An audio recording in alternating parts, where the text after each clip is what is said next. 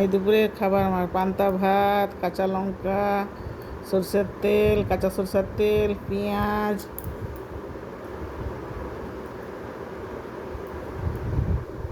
লেবু, এটা হচ্ছে সজনে শাক ভাজা, এটা হচ্ছে মাশরুম চচ্চড়ি, মাশরুম আলু পেঁয়াজ রসুন দিয়ে সরষে বাটা দিয়ে মাশরুম চচ্চড়ি এটা।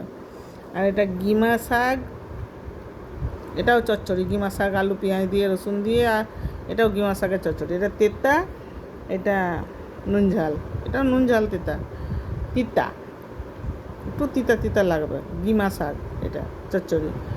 আর চালের পাঁপড় ভাজা, আর এটা হচ্ছে মাছের ডিমের বড়া আমচুর দিয়ে, বাটি পোড়া, এই যে পোড়া পোড়া করেছি, বাটি পোড়া জল। আর দুপুরের খাবার আমার।